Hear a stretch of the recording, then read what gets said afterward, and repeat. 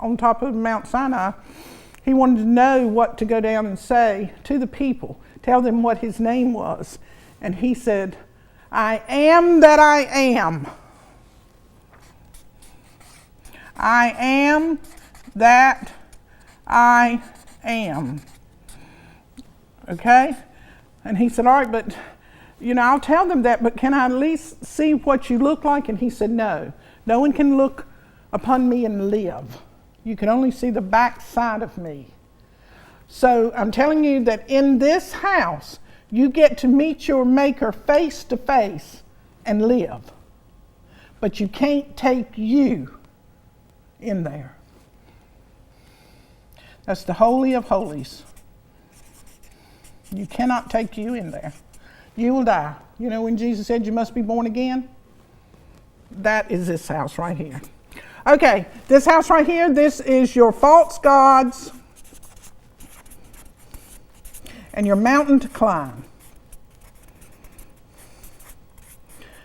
Okay, the reason for it is because it is your career, your status, your reputation, what people think of you in this life. So that's it. Most of the times too, but they can be interchanged. This can certainly mean your earth father, and this fourth house down here where the temple is means your earth mother. That's the way it usually falls, but sometimes they can be interchanged depending upon a lot of things. But anyway, this right here, for example, Nixon had Pluto in this false gods, mountain to climb, career, status, reputation, and he fell. A lot of times, majority of the times, if you have Pluto, that's another show, but found in this house, you're going to fall. Okay, this house right here is your highest hopes and aspirations. That's how astrologers, recognize it. Your dreams. But I like to say that is your purpose for incarnating on earth. And that's a universal purpose. For no other purpose. That's that, if you want to put a number to it, that's 30. That's that big business right there. And what does the Bible say? But be up and about thy Father's business. It is thy only business. And now we move to the 12th house. Okay? That's the house of karma. Now, is there such a thing as karma? Your guess is as good as mine. But it seems to me that we have to, if we want to learn anything about being human and how it is to be human and to overcome, various things like greed and jealousy and envy and gluttony and what's the rest of them? Meanness, cruelty, and that one blasphemous sin. And you can take it upon what I'm saying this time. The blasphemous sin, as far as I'm concerned, is gossip. Gossip. We've done it on another show, Mitzi, but I forgot what the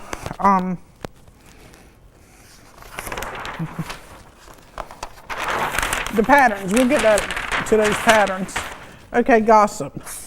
This is the unforgivable sin, as far as I'm concerned. Let's see why. 7, that's God's number. 15, that's the devil. 6. We got 1, 1, 9, 7.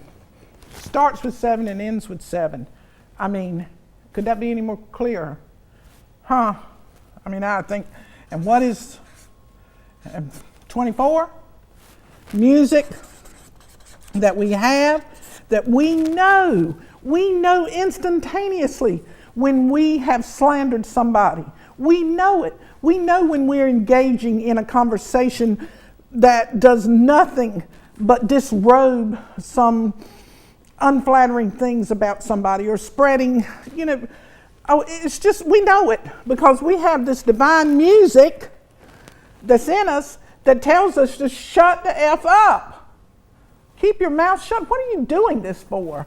And in the center of the gossip, like I said, is this devil, which is the evil with a D lived backwards, but you're not engaging in anything that is productive, okay?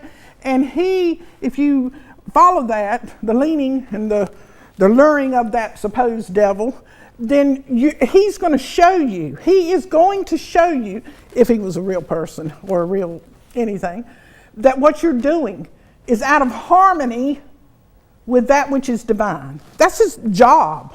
That's what he's supposed to do. Okay? 7, 8, 9. 7, 8, 9. So 16, there's that tower. Gossip. The tower. Again, shake you. Shake you up. You can gossip all you want to, but that's coming back to you, and it's going to shake you up and cause you disaster. Okay, so what have we got? 7 and 24? 31, which is Rahu. Rahu, well, let's just create him a minute. He is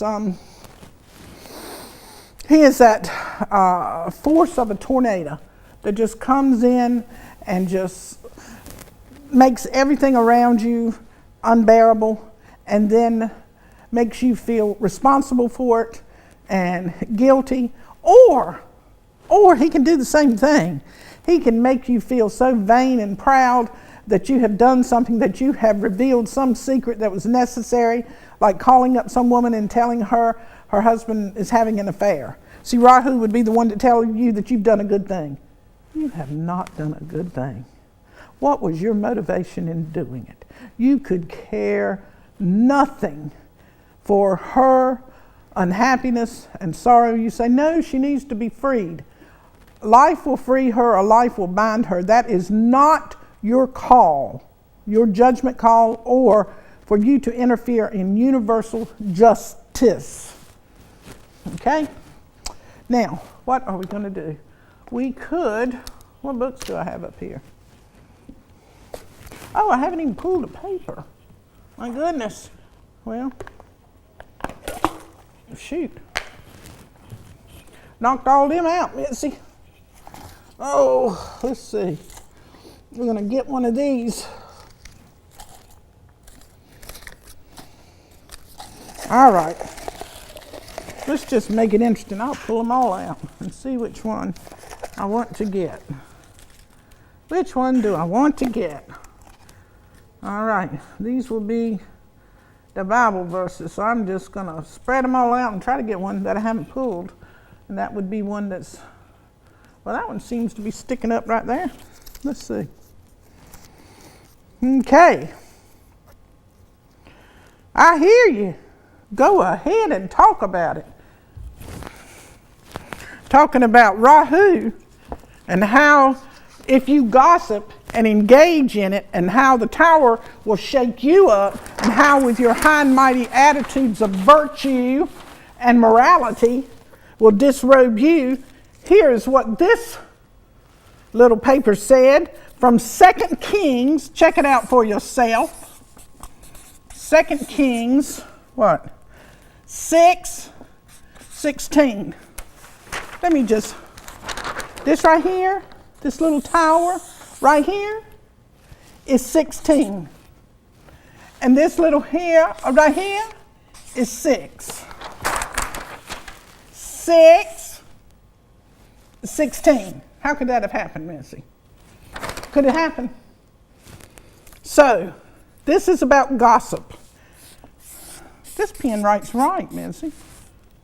This one's pretty good. And I gotta take that comma out of there. And behold,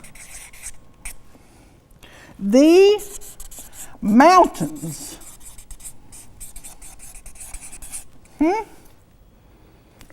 The mountains. It says was. Should have been were, but they can write it any way they want to. Was full of horses and chariots.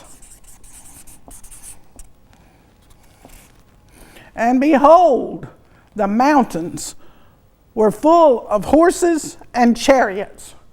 Now, if the mountains, let's go a little bit further, okay, before I even say another word, because we're talking about astrology today.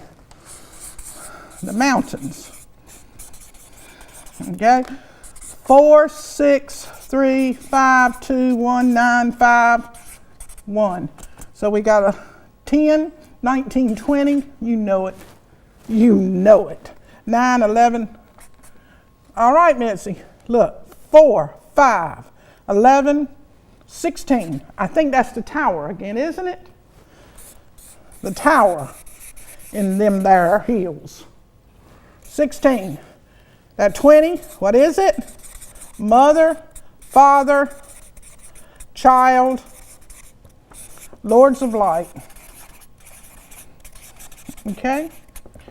Now, this is confronting this in the mountains. That's where they have gathered. And of course, it's a 36. You know what that is. Coming down to earth. So, and behold, the mountains were full of horses and chariots. On the mountains, this Lord of light has gathered, and there is horses and chariots. Now, what do you think that those horses and chariots have gathered in that place for? That place, they are going to be at war. That is what it's about. When you start gossiping, that Lord of light that is within you, that mother, father, child, Lord of light that is within you, that is looking to see and experience everything that you're going to experience, is going to be full-blown meeting horses and chariots. Horses and chariots. To disintegrate you. Every single solitary time you invest in gossiping, you are going to war with yourself. Did you hear me? Every time you gossip, every time, you are not in any way hurting the other as much as you are hurting yourself, because you are going to war.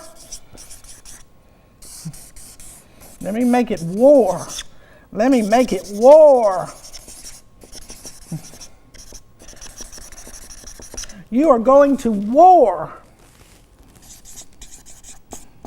with yourself. War, 5, 1, 9. 1, and that's a 14. Well, who are you going with? Who are you going with? When you are gossiping, who are you dancing with? Who have you married?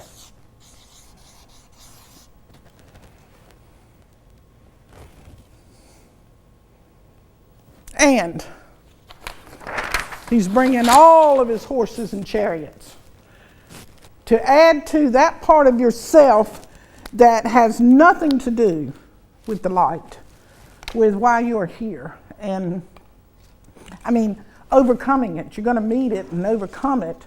But you're not, if you continue, you know, it's sort of like if you keep eating and eating and eating, you're going to get full.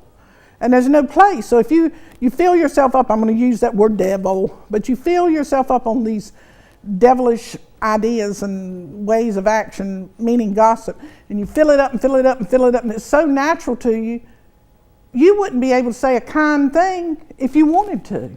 You wouldn't know how. Your mouth wouldn't form the letters because you are so impacted. You know what they say, when you get impacted in your bowels, you have to go to the hospital, and it's an unpleasant experience. But you are so impacted with the negativity of trying to tear down someone else. Why? Why are you doing that? What is motivating you to gossip about somebody else? I just stand upon it. I think it is the unforgivable sin. And along with that is when we make these blanket statements. We just know that. My mama told me one time before she died, because I had asked her about something, and she was sitting right beside me. It was when she was much older, and I was brushing her hair, and she was frail. But I was asking her about something. She would guide me and direct me in a lot of things, in all truths, the Bible says. But, that resolution with the mother. But I was asking her about things. And she took her fingers, her frail fingers, and she pushed my lips together. And I didn't, I was still trying to talk, like humans do. Mama, and I was still trying to talk, and she pushed my lips together. And that's what she said. And that was probably some of the best advice she's ever given me. We don't need to talk about something we don't know anything about. We don't need to be right. We don't need to try to guide and direct and influence another person's life. And if you think that is in any way what I'm trying to do, it's not.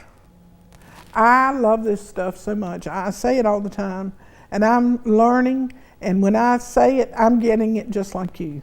And I enjoy it. I mean, I really, really, really enjoy it.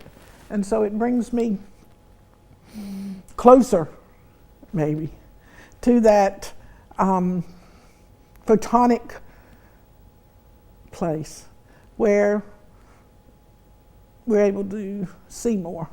I love that story too. I'm going to tell that. Boy, I'm in a Bible way today, Mitzi. That, of the leopards that were sitting on the outside of the gate.